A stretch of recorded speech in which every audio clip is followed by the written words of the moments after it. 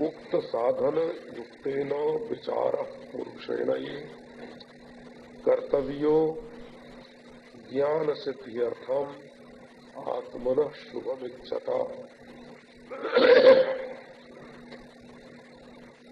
नोत्पद्यते विना ज्ञानम विचारेणान्य साधनैः यथा पदार्थ भानम ही प्रकाशेन विना क्वचित्।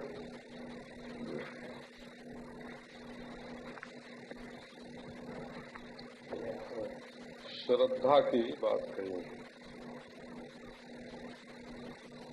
दुनिया में श्रद्धा प्रसिद्ध है। श्रद्धा इति विश्रुता।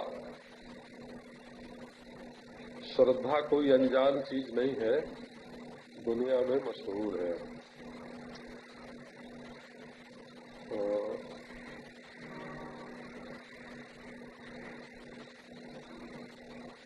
वैसे आप कभी किसी रास्ते पर चल रहे हो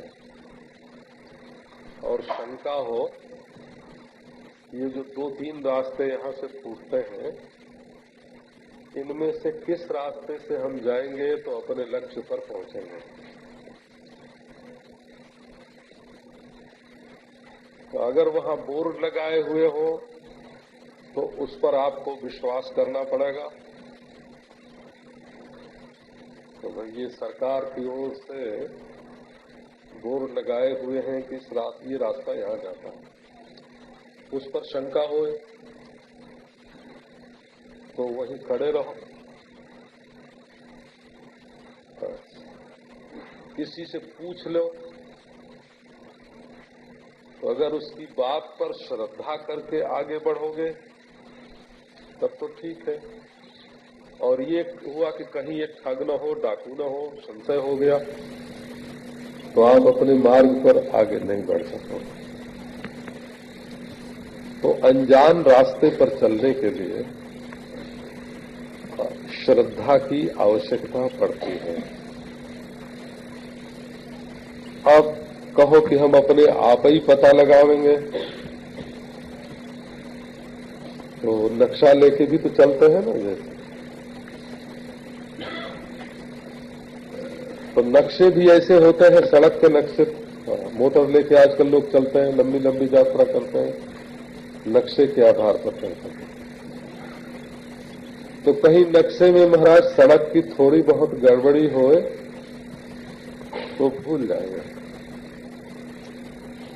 और नक्शे में शंका हो तो भी भूल जाएंगे। तो ये जो पोथी पन्ने हैं वे नक्शे की तरह है, बोला लगाए हुए बोर्ड की तरह है। और बताने वाला जो आदमी है ना, वो गुरु की तरह है।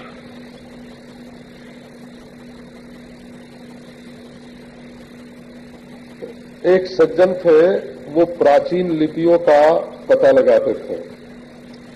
1000 बरस आज से पहले कैसी लिपि में लिखा जाता था, उससे भी 1000 बरस पहले कैसे लिखा जाता था। तो बोले हम किसी जानकार से सीखेंगे नहीं, अपने आप ही पता लगाएंगे। तो पता लगाने में बरसों लग गया बोला, और जिसने दूसरे से सीख लिया उसको जल्दी लग गया।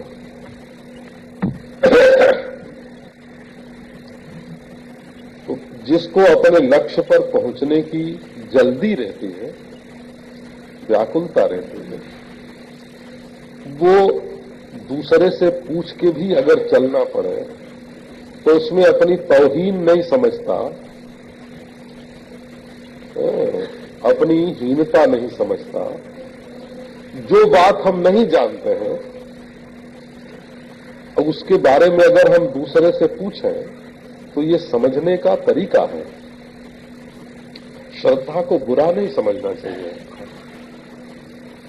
तो हमारे प्राचीन ग्रंथों में ये शैली अपनाई गई है कि जैसे कोई व्याकरण न जानता हो और न्याय का पंडित हो, तो जब वो व्याकरण पढ़ने आवेगा ना तो उसको बालक मान के उसको पढ़ाया जाता है। और व्याकरण का पंडित हो और न्याय न जानता हो, न्याय पढ़ने के लिए आवे तो उसको बालक समझ करके ककहरे से ही उसको पढ़ाना शुरू किया जाता है कि पृथ्वी का क्या लक्षण है, जल का क्या लक्षण है, अग्नि का क्या लक्षण है, वायु का क्या लक्षण है। और जो आदमी शुरुआत से सीखता है उसका सीखना पक्का होता है, और जो अपने को बड़ा समझ के बड़ी छोटी मोटी बातों को सीख के क्या करना है, सीधे सिरे की बात सीखना चाहता है, वो गड़बड़ा जाता है। तो वेद में श्रद्धा का बड़ा वर्णन है। बात तो मामूली है। मनुष्य को अपनी मां का ज्ञान बिना श्रद्धा के नहीं हो सकता। कोई कहे कि हम अब पहचानेंगे कि हमारी मां कौन है,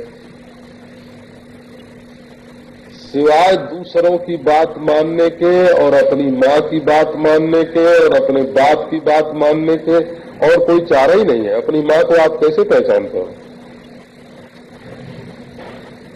अपनी मां को आप खोजबीन से, प्रमाण से पहचानते हो कि श्रद्धा से पहचानते हो? किसके पेट में से निकले हो तुम? तो याद है उस समय आंख खुली थी, देखा था, पहचाना था।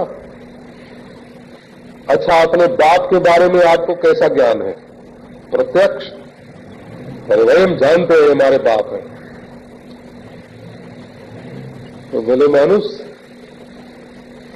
मां की बात पर विश्वास करके तब बाप माना जाता है। तो नारायण नाई पर विश्वास करके तब उसके सामने सिर झुकाया जाता है। डॉक्टर पर विश्वास करके तब उसकी औषधि सीखी जाती है, ली जाती है। पढ़ाने वाले पर विश्वास करके तब क ख ग घ सीखा जाता है कि ये अक्षरों का ज्ञान सही सही करावेगा। बाद में आपको मालूम पड़ जाता है कि ये बिल्कुल ठीक उसने पढ़ाया है। तो श्रद्धया सत्यम आप कहते हैं, श्रद्धा से सत्य की प्राप्ति होती है। देखो आपको एक पक्ष बताता है। यदि आप, हमारे एक मित्र हैं तो उन्होंने हमको बताया कि सबसे गया बीता वकील कौन है, तो जिसको ये मालूम नहीं है कि हमारा प्रतिपक्षी सामने वाला वकील क्या क्या बहस कर सकता है, वो अपने पक्ष में कौन कौन से कानून और कौन कौन से तर्क उपस्थित कर सकता है, ये बात जिस वकील को नहीं मालूम पड़ती वो बहस करने में बिल्कुल फिसड्डी है, वो कुछ कर नहीं सकता। प्रतिपक्षी की बात भी मालूम होनी चाहिए, तब विचार पूरा होता है।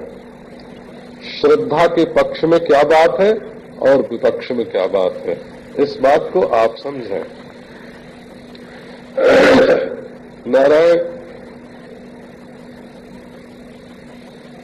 आप ईश्वर को कहां ढूंढते हैं? बाहर की भीतर?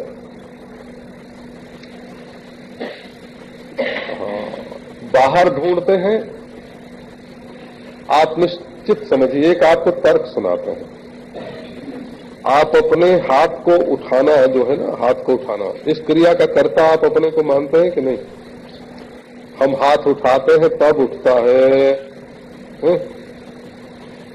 तो किसी का बुरा करेंगे हाथ से तो पाप लगेगा हमको, और किसी का भला करेंगे तो पुण्य लगेगा। क्यों? बोले हाथ को उठाने वाले हम हैं। तो जब इस शरीर में रह करके आप अपने को कर्ता मानते हैं,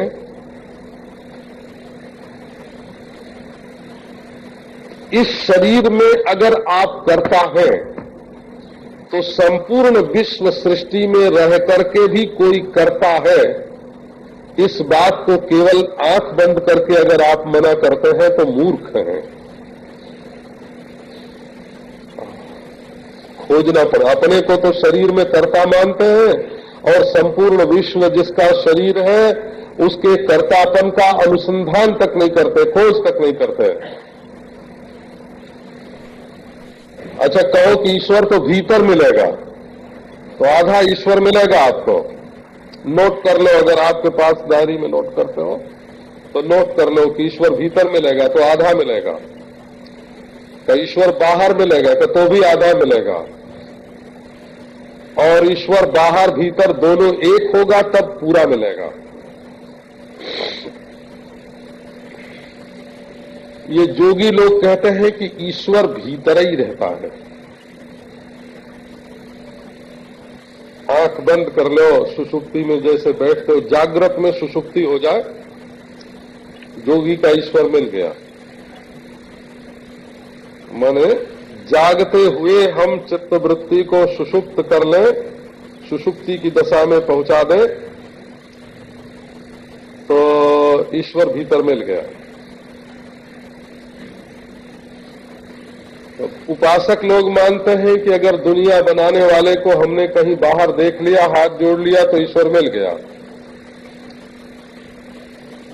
वेदांत कहता है कि जो दोनों में एक है, जो एक है जिसमें दो है ही नहीं, वो केवल यही नहीं है, वहां भी है, केवल वही नहीं है, यहां भी है, केवल मैं ही नहीं है, यह भी है। आप ईश्वर को क्या दुनिया से अलग करके पहचानना चाहते हैं? क्या ईश्वर से अलग दुनिया को कर देना चाहते हैं? तो आप अधूरे ईश्वर को पहचानेंगे। तो श्रद्धा का जो मार्ग है ना, श्रद्धया सत्यमाप्त है। एक ऐसी वस्तु है जिसमें काल की दाल नहीं गलती, आप उसको पहचानते हैं। एक ऐसी वस्तु है जिसमें देश का निर्देश काम नहीं करता। एक ऐसी वस्तु है जिसमें द्रव्य है, द्रव्य जो है उसकी लेश मात्र भी सत्ता नहीं है। एक ऐसी वस्तु है और वो आपसे अभिन्न है, उससे आप अभिन्न हैं। कि आपने कभी उसको जानने की कोशिश की है?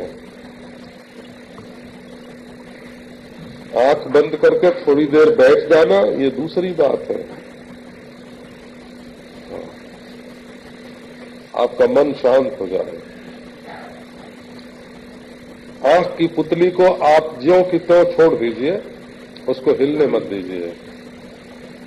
न ऊपर जाए आंख की पुतली, न नीचे, न दाहिने न बाएं, शांत। आंख की पुतली के झरोखे में आप झांकिए,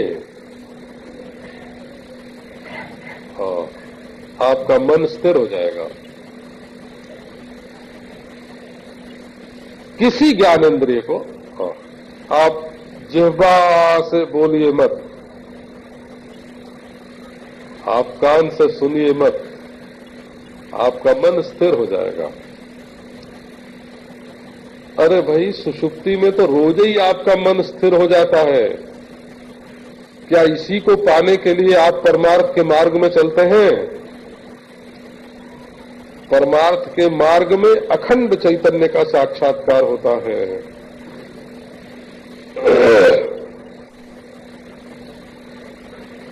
चित्तैकाग्र्यं तु संलक्ष्ये समाधानमिति स्मृतम। अपने लक्ष्य को पहचानिए। आपका लक्ष्य क्या है? कि सत है। सत है माने वहां द्रव्य का हव्य, द्रव्य का कव्य, हव्य कव्य बोलते हैं जो देवता पितर को भोग लगाते हैं। वहां हव्य कव्य नहीं चलता है, वहां दिशा निर्देश नहीं चलता है, वहां काल की दाल नहीं गलती है, वहां अपना आपा होता है परंतु देश काल वस्तु नहीं होता है। ऐसा जो अखंड सत्य है, चित्त की एकाग्रता माने चित्त का निर्विषय हो जाना। हाँ, अचिंतनम चिंतनम। हमने बचपन में एक पुस्तक लिखी थी, 17-18 वर्ष की उम्र में। यही वेदांत की बात सोचता था ना, तो सोचते सोचते उसके सूत्र लिखता था वो, जिससे ध्यान में रहे।